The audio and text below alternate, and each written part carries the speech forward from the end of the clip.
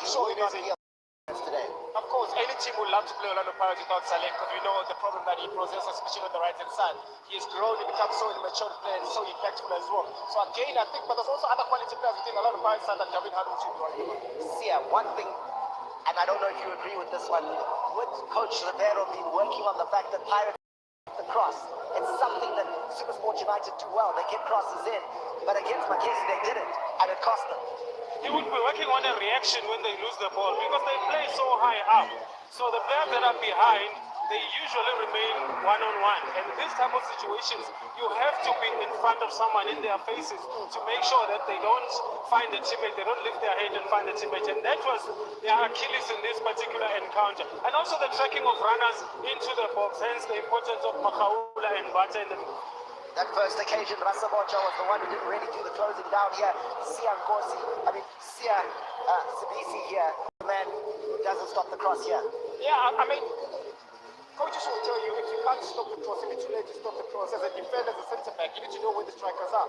And I think for the Orlando Pirates this season, even the first game against SuperSport, it was again against the cross with Honda playing back to Pune. So I think there's been an issue of Orlando Pirates being unable to throw down those crosses. The comeback did come though against Makesi. Pirates did show that they can find goals, and that came very late in the game. 85th minute, right down the middle. This is what Clinton Larson was saying. Prevent Pirates from playing down the middle, and they can beat Pirates. When Pirates came down the middle, they found the goal. They don't change color. That's the quality about them. Even if they're under pressure, 3 goes down, but they still play the same way. They still try to do the things that they've been doing ever since the season started. And that's what Coach Ribeiro tried to remind them after this encounter, that go back to that. Coming into this one, they have to really remind themselves to get back into winning ways. Quick throw in taken there, evidence Mahoba finding the back of the net. He gets to start. Did that surprise you that Mabasa asked to sit on the bench for Mahoba today? It doesn't surprise me at all because the goalkeepers, it's about the goals. Ever that is on form and scoring goals, you need to be the one that continues. And if so, last season, Mabaza was the one. Mahoba now is chipping in there with goals as well. So I'm not surprised that he's starting, but also he needs to make sure that he's staying consistent for him to start creating competition. For Matanzanza Abitori, they're on the verge of a third defeat in a row if they don't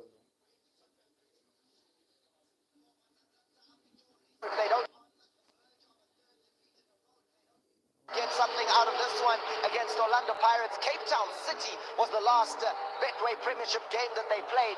Sia, what do you see about how they conceded here and how Gavin addressed it? Because if they don't, against an Orlando Pirates team that has a Tito behind you and Mofokeng and the other players in those pockets, it's going to be a problem. They really need to remain a bit more compact, especially in that midfield.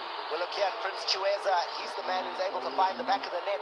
That centre-back pairing today, it's Sachuayo, it's Sanoka, they're back together, which is different from the way Gavin played over the weekend.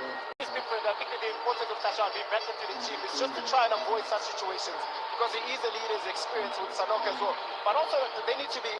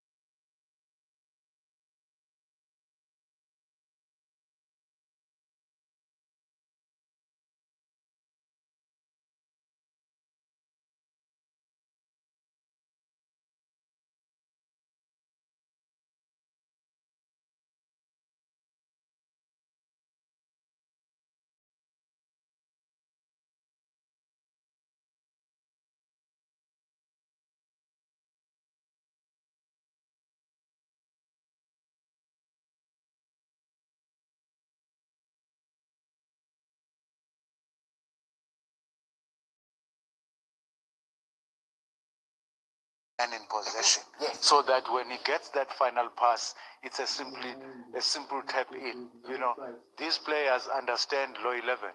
Matthews and Reynolds at the end there, understanding law 11, more spice on top of my moment of the week, adding to how good that moment was. Umut, you've got a big act to follow now. your moment, your 30-second strike. I think when you look at the bold moment of the week, it has to go to Trapattoni. It has to go to Capello Morena for me. Mamelodi Sundowns are still under pressure. They are looking for the goal. They need to get the train flowing. Look at that goal from Capello Morena. A versatile player that can play in any position. First time, slightly played behind him. He had to adjust his body to be able to put that in the back of the net. Well taken goal by Morena. It's a team goal from Mamelodi Sundowns. The sharing of responsibilities. I think when you're looking for a bold moment of the week, just to go to Capello Morena. Right, so that's what you have to do. Hashtag SSK. Tell us which one you like. Which one was the moment that stood out for you? And if you have a different moment, we'd love to hear from you as well. I'll look at you, what you're saying on X, and get those out to our viewers as well. But now, let's get straight to what the defending champions did against Amazulu in the opening game of the Arsenal to be able to win the game. And I think with playing at home after such a defeat, you'll try to win the game at all costs. All right, let's get